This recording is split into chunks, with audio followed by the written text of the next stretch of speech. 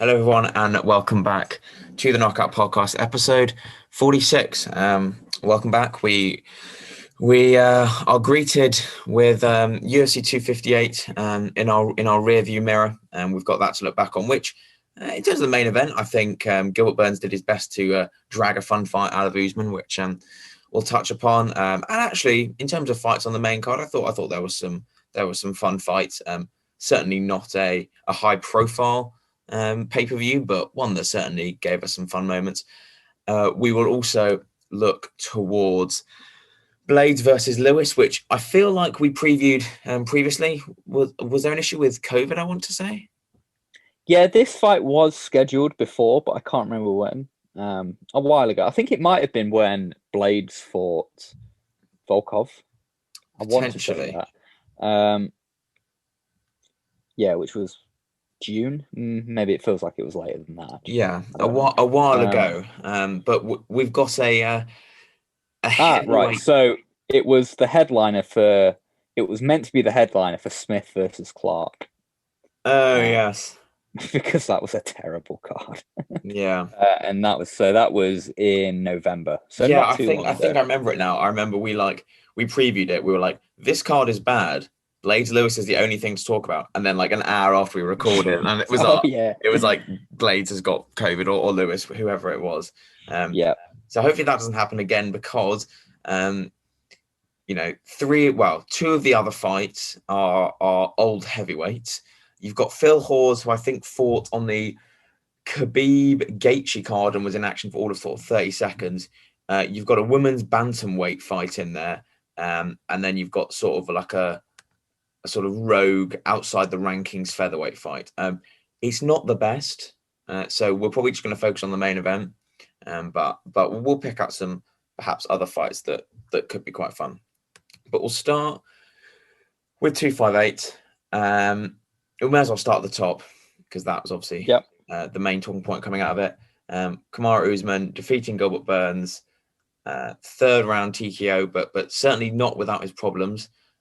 Got knocked down probably within the first minute of the fight. I want to say. I think it was genuinely. It was within the first minute. I think it was after the first jab. I think after the first jab, Burns like cross countered him like straight away and really like knocked him off balance and flurried, but couldn't quite get the finish. So yeah, very early on, Usman had trouble. But yeah, he managed to see off the trouble. I sort of said that in my prediction that I said. I mean, I didn't perhaps say it this way, but I said that I thought Usman might just have that sort of championship know-how, and he certainly had it after he took that shot early on. Managed to get back up, recover himself. Was quite fortunate with that sort of Gilbert Burns high kick slip that enabled Usman to sort of like keep Burns on the ground and just sort of kick his legs and punch his stomach a bit, which enabled him to, I imagine, get his bearings, get his feet back. But then moved into his game plan in the second round, especially, and in the third round. And we talked about the influence of Trevor Whitman and perhaps what he could bring. I think obviously the big talking point is the jab from both stances of Usman, and just the general improved boxing, game planning, that sort of pull counter that he did in the either the second or the third round. I can't remember which one it was. I think it might have been the second. That really demonstrated to me that this is an Usman that was not sort of resting on his laurels and has really taken his game up another level. Yeah, so it was kind of looking back to what we said, we got some of the things right in how we thought this fight would play out, but one thing that did surprise me was that Usman really sat back a lot more than I thought he would. We did say that Usman would be fairly reluctant to go to the ground with Burns, and based on Burns' slip and the lack of takedown attempts from Usman, that was very true. Usman didn't really have any interest at all in making this a grappling match. And he didn't, but yeah, it surprised me that he wasn't pressuring at all. I've heard someone say that Gaethje went through a similar kind of stylistic evolution where like he's kind of become a much more sit back kind of kind of counter fighter.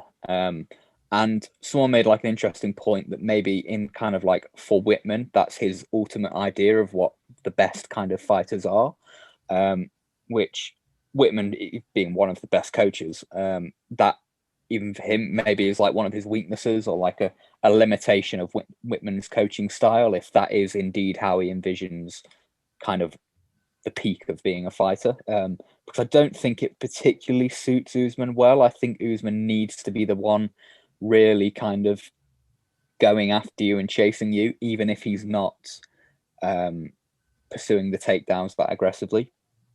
Because I think when he did go forward and jabbed, that was when he was at his best. When he was retreating, and I think especially when he was in southpaw, I thought he was quite defensively vulnerable.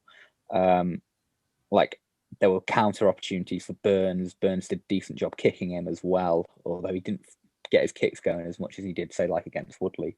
So yeah, I think that was a bit kind of suspect maybe for Usman that he kind of let that happen, where I think he would have been much better pressing forward consistently. But as you said, the jab, when he did get it working, when he wasn't getting countered on it, was fantastic. It's a really thudding jab. It's very powerful. And he does time it well. Like he knocked down Burns with a jab twice because he times it. So he kind of feints to draw out Burns's kind of attacks and then really just uses it as a kind of interruption. Like I think he knocked down Burns twice when he just started a kick and Burns was on 1 foot. So he managed to time it and get the knockdown there. So that was lovely from Usman. I really like that. And then, as you said, the pull counter looked actually quite similar to the what led to the Colby finish. He did something similar, like a few feints or throwaway non-committal jabs to draw out the attacks and then throw the right hand. And it was beautiful. He couldn't quite, he was a bit kind of, you can tell he doesn't have like the kind of, he's not a fully polished striker yet because he didn't have like the kind of killer finishing instinct in that moment. He couldn't quite find the right shots and was a bit kind of repetitive when he was trying to get Burns out of there after he hurt him like that. But then managed to get the finish in the third round by, I mean, Burns was fairly battered by that point. He'd taken a lot of shots. So, it's understandable, but yeah, it was a good performance by Usman. If a little, there were things to work on, I'd say, certainly, but still, I really enjoyed the fight. As we said, it was Burns managed to get the kind of fight where Usman where it is nice and fun. So yeah, I did really enjoy the fight. Yeah, I think if we look at it from Burns' perspective, I think early on we saw the type of things that we thought we'd see from him in terms of that aggression, the kicks, certainly the willingness to commit to punches and kicks, and any of his offense with more aggression, knowing that if the takedown came, which clearly was not part of Usman's plan at all. There was no desire to go to the ground whatsoever. He knew that. I assume he gambled on the fact that Usman wouldn't want to take him to the ground. Differently to sort of a Masvidal, where we saw quite a tentative striking and a awareness of the threat of the takedown. But obviously, and I think he's recognised this, was a bit chaotic after he got a knockdown. I think especially in that first round. I'm tentative to say he gassed because I think it was more a case of just accumulation of damage, especially from, like, as you mentioned, like the Usman jab was just peppering him from sort of the late part of the second round. But I think there was a case of he did overexert himself and he did get a bit sort of gun ho. I think he even said like he got a bit Cody Garbrandt on it, which is I like that. which I think is not an unfair assessment. And you could obviously see, I think he perhaps recognised that in the immediacy after the loss. He got quite emotional, but certainly a fun performance from him. As you said, and as I've said previously, dragged a good fight out of Usman, and he's a guy that I think still represents like such good matchups for anyone at the top of this division. You know, he's actually 34, which surprises me. But Usman, Burns, Burns. Okay, he has been around in the UFC for a while, but in terms of a welterweight in the UFC, you know, he's fairly new to the division. Yeah, that is surprising. I think there's a lot of fights out there for him, and yeah, Usman's 33. Perhaps there needs to be just a bit more sort of offensive composure, and also I think he could get, well, he could, and he did get caught, especially getting a bit reckless, throwing a few too many hooks and leaving himself vulnerable down the middle. I know against a guy like Usman, with a jab and more importantly a reach that he's got, you're perhaps more susceptible to those sort of straight punches than with other fighters. But I think that's definitely something he could work on in terms of making sure he's sort of not throwing with reckless abandonment and leaving him sort of open for jabs and shots coming down the middle. Yeah, I think going back to kind of what you said about Burns potentially gassing, I think it's not. He did get very aggressive. Like, he obviously really tried to get Usman out of there, because I feel like he knew his best chance was early. Like, really catching Usman cold and getting him out there early was the path to victory for Burns. I think he did kind of get tired, and that's in a way that Burns, like, the way that he managed to beat Woodley was that Woodley, we know, is so low output, like crazy. If it was up to Woodley, he'd throw one strike a round. So against Woodley, Burns was very capable of setting his own pace. One, by it being Woodley, and two, by really hurting him early. He even frightened Woodley off even more from doing anything. So he was, by countering early, he was able to basically just have the fight he wanted against Woodley, whereas against Usman, even though he hurt him early in that way, it didn't frighten Usman off, and Usman still managed in many places, although not always, but at times, to be able to dictate and set his own pace. And I think Burns can get tired when forced to fight at a high pace consistently. He is more of a burst fighter, and I think that just comes from the way that he throws, to be honest. Like, he throws, the way that he counters is like he puts everything behind his shots. There are no throwaways, really. And you can't fight that way consistently for 25 minutes. Like, I don't think any human could. So Burns does get tired when he's forced to do that, and when you give him a lot to think about and a lot to counter, because he's going to throw everything behind those counters. And if you can make him do that, it's a similar thing, possibly in a way that I suppose that like Holloway did to Aldo. Holloway really kept in Aldo's face. I mean, I know I always find a way to bring it back to Max Holloway, but Holloway really kept in Aldo's face and just kept giving him things to do and things to, like, reasons to throw his counters, and that really exhausted Aldo, and that tired him out within 2-3 rounds. Whereas Aldo's tired before, but was capable of going 5 rounds with other people that didn't make him do that. So I think if you can do that to Burns, you can keep making him counter and keep making him throw. You can tire him out, and I think that's something that Usman did well. Yeah, no, totally agree. But yeah, fun fight. Moving forward, Usman, I think, seemingly looks like he's going to get the Masvidal fight again, which weird. I don't know. He made the call out, which I can assume is one that he probably sees as low risk and probably the most lucrative out of anyone in that. I mean, I don't know what's happening with Covington. I thought there was perhaps a chance he might take up the Edwards fight. Yeah. But I think perhaps he's just seeing it as the most lucrative. I don't think there's a bigger fight for him in terms of sort of casual appeal and probably paycheck than a Masvidal fight. Who knows? But yeah, we'll see what happens with that. For Burns, I mean, there's plenty of fun fights. I mean, Burns Covington's a great fight.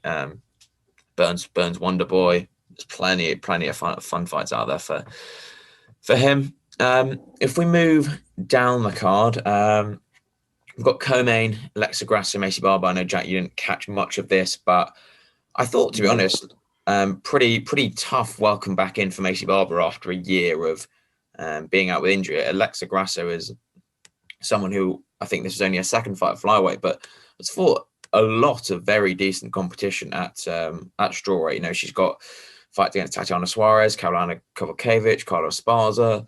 You know, she's fought a lot of good people down 115, and yeah, I think this was perhaps quite a unfavorable way to return to the division, but she's only 22, I think, and yeah, she'll be fine. She just needs to take a step back and just keep her own development.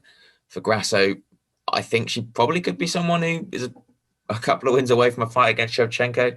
And she's That's fun, the like, division for you. Boxing's good.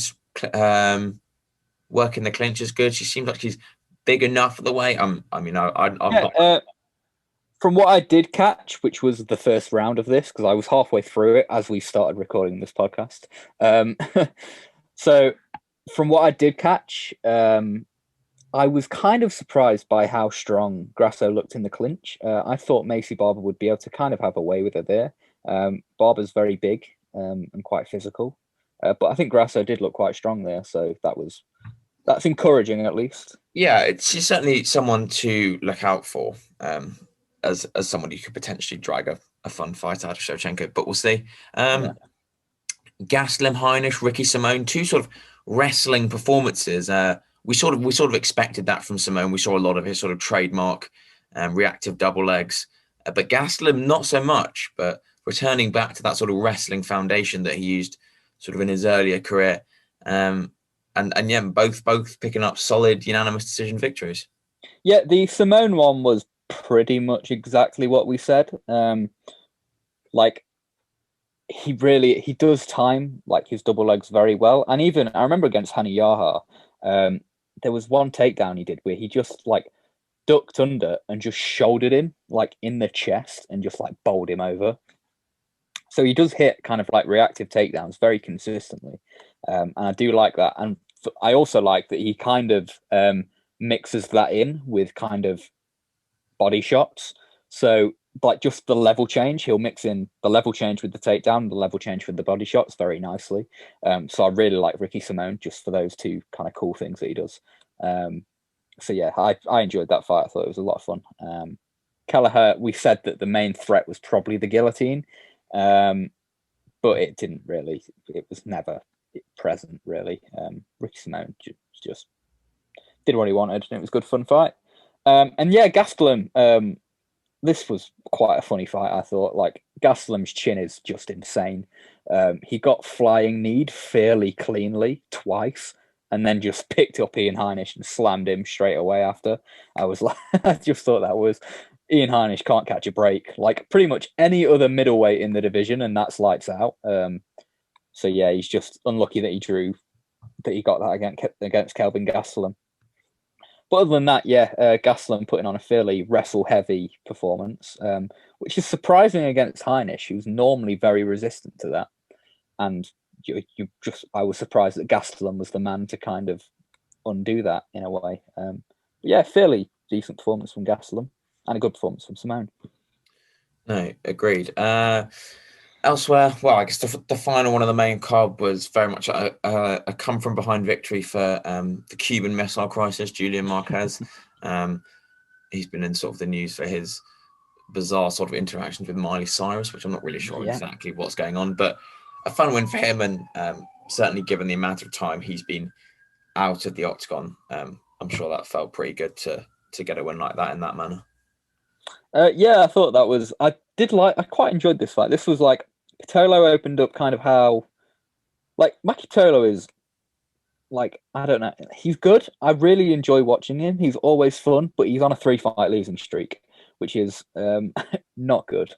So he could be in danger of getting cut, which I think would be quite sad. But yeah, whatever. What are you gonna do? But no, like Pitolo opened up very aggressively. Body shots, head kicks, kind of hurt Marquez quite early on, and then kind of wrestled him for the rest of the fight. But then Marquez battled back in, and managed to land quite a few clinch knees, a lot of right hands as well. Hurt Patolo quite bad and got Patolo like desperately shooting on him after that. And that's where he found the finish from there. So yeah, it was a really fun fight. That was actually. Yeah, no, Really I must enjoyed that say one. I have been impressed with Patolo, even as you say, if he is on sort of a 3-fight skid. Yeah. Elsewhere, well, the only two we'll finish with. I'll quickly touch on Bilal Mohamed fighting Diego Lima. Only relevance being is he now fights Leon Edwards in March, I think, stepping in to replace Hamzat Chimaev. A good fight from him, but against a guy like Diego Lima who backs up to the cage and doesn't really do a whole lot of sort of footwork or put a whole lot of effort into moving himself off the cage. It was always going to be a sort of favourable matchup for him, and I'm not sure I learned too much more about him, but we will talk more about that and more about him in due course. The only other one to finish on is the real betting underdog, not only in the victory but in the manner of the victory. Anthony Hernandez defeating a gassed out, which I think is fair to say, Rodolfo Vieira by second round submission. I mean, the guy, we said this before, the guy is a unit, Rodolfo Vieira. He really is. And seemingly that comes with the sort of the consequence that if the fight doesn't finish within the first sort of 3 minutes, he's in trouble because the classic Joe Rogan. Like he was sort of carrying sort of 150 kilograms and couldn't swing for anything. Yeah, it was the classic Joe Rogan. His blood's very full of muscles. No, his muscles are very full of blood, a lot of oxygen in there. And Joe Rogan says that gets you tired, and it clearly looked like it did. But I mean, straight away from like the first takedown he landed, like he picked him up and just slammed him down. Like there was no kind of efficiency to the takedown. It was a very kind of really get after him. So if you know that you've got kind of suspect cardio, you might want to go for a slightly kind of lower level takedown than that. But yeah, like he looked obviously fantastic on the ground for like the first few minutes. Really controlled him, chased submissions fairly aggressively. But all credit to Hernandez. He did a very good job at defending. And actually managed to get back up and hurt Vieira towards the end of the first round, which was, very impressive that he managed to survive that and just survive the initial onslaught, because it looked nasty to start with. Like Vieira got his back within the first minute, I think, and then had it mounted for a while and was looking for an arm triangle. So yeah, very fantastic defending from Hernandez, because a lot of people would panic in that situation. You've got like one of the best grapplers in the world on top of you, completely dominating you. So yeah, a lot of people would panic in that situation, but Hernandez didn't, and he managed to get back up and hurt Vieira. And then going into the second round, on the feet, it wasn't really a contest.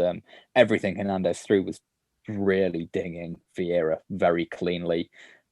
Started throwing in some uppercuts as well because he knew Vieira wanted to shoot on him. And yeah, hurt him quite a few times with clinch elbows, and then got a guillotine finish, which is absolutely wild. Insane. I mean, Vieira was obviously very, very hurt, but still to get the submission is crazy. Yeah, no, crazy stuff from him. Crazy good performance.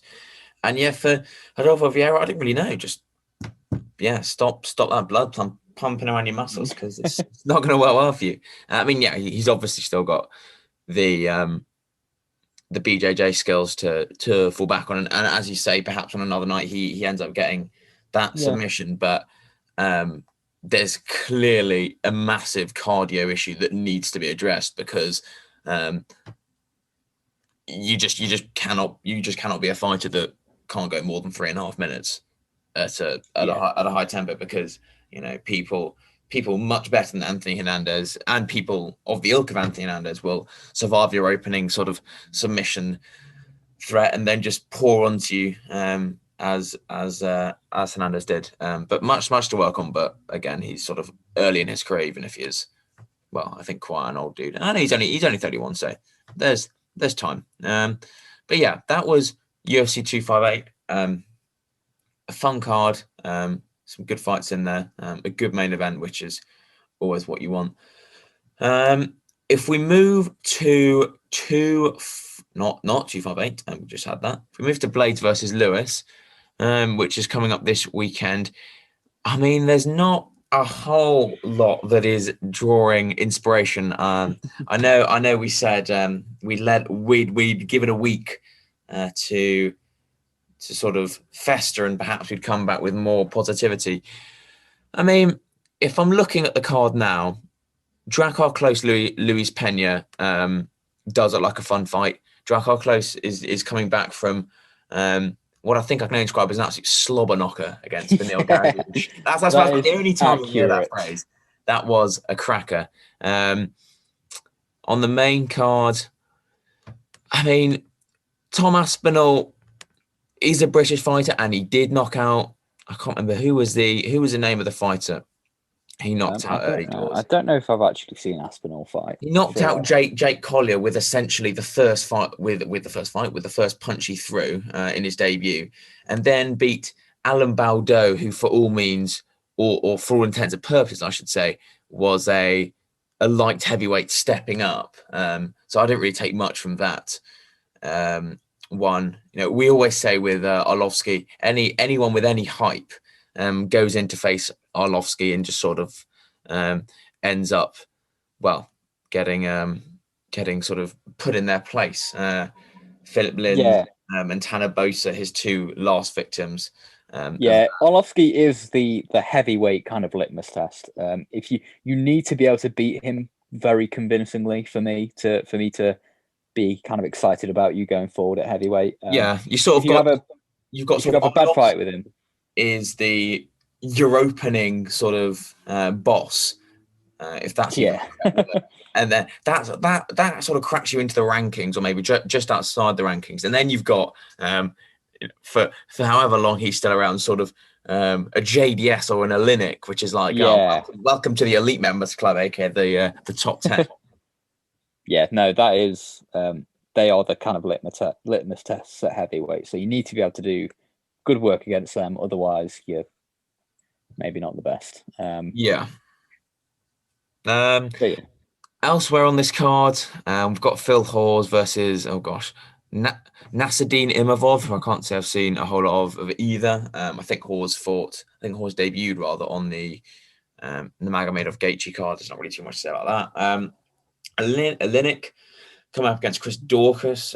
Chris Daukaus, who's only fought. I think it's probably. Was it Daukaus? Oh, maybe it is that. In my head, it was Dukakis, but I feel like that's someone else. No, it's not. I'm looking at the name closely. It's not. I feel like we'll go with Chris. He's only fought a couple of rounds. Literally a couple of rounds. A couple of fights, both of which didn't last past the first round. So this is actually quite a step up for him. But I think Olynyk is finally fading away. Although his last fight, say that, but although his last fight was Derrick Lewis, which does seem crazy. This is. I think they sort of like they throw him down. Like, I'm looking at it now, he sort of suffers a defeat, and then they're like, right, we can finally get him out of there, and they throw him down against sort of the lower echelons of the heavyweight division. He sort of works his way back up. Like, he got battered by Blaydes and then beat Albini and Hunt, and they're like, right, okay, give you Overeem and Harris, lost both of them. Then they're like, right, we've got him now, send him back down there, beats Maurice Green, beats Verdum, and now he's back up with the big boys. Obviously got battered by Lewis. Who knows what will happen with Chris Daukaus? I guess they're putting him in with a heavy puncher. They're hoping can get him out of there, but we'll see. I mean, Olynyk fights are sort of fun in how sort of bizarre and unorthodox they are. Expect some big sort of windmill overhands from Olynyk as he sort of chases a single leg. Pretty much. But sounds like every Olynyk fight. Exactly. Charles Rosa, Derek Minner, and Caitlin Vieira versus Yana Kunitskaya. I've not got a whole lot of intrigue or enthusiasm for. So the majority of this preview is largely going to be Blaydes-Lewis, which is in fact a fight we've already previewed.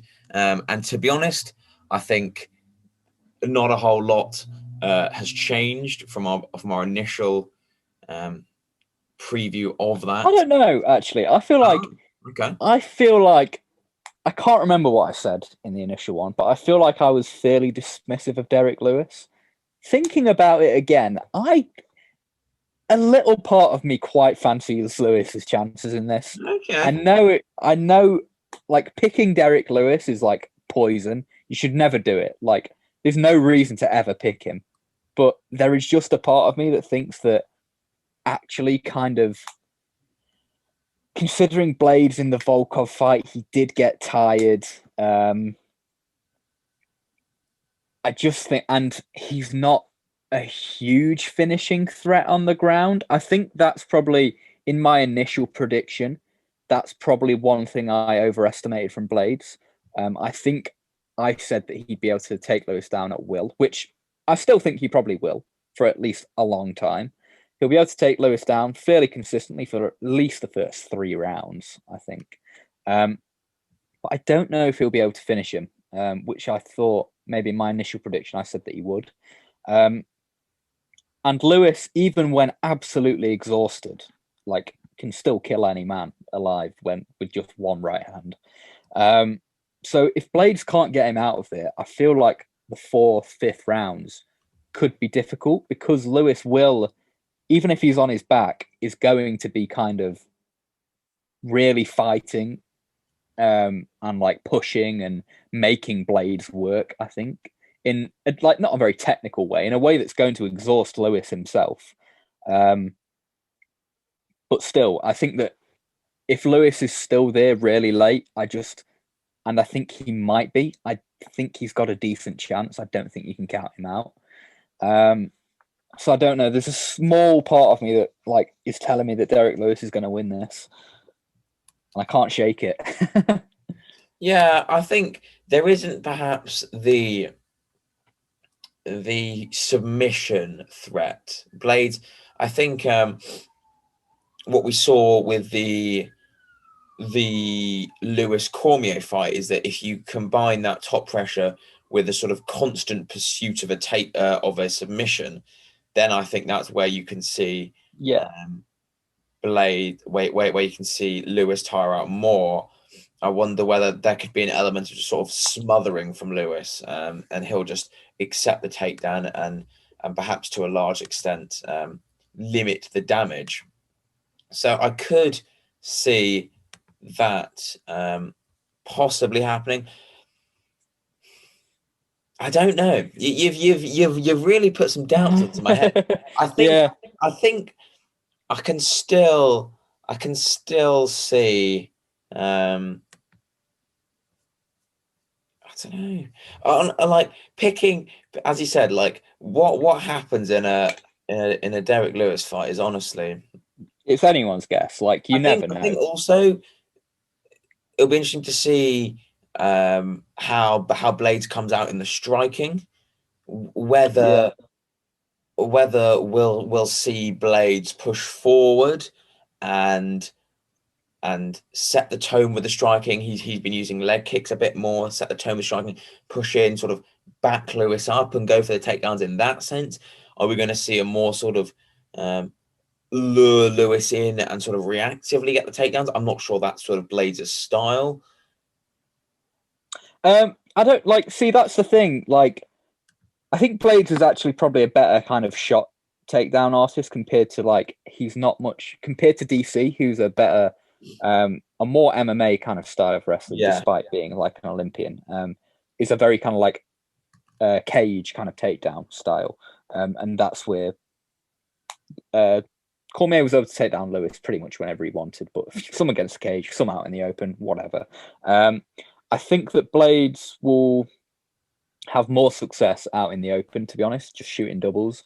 If Lewis can kind of lean against the cage, he might have a bit more success defending the takedowns.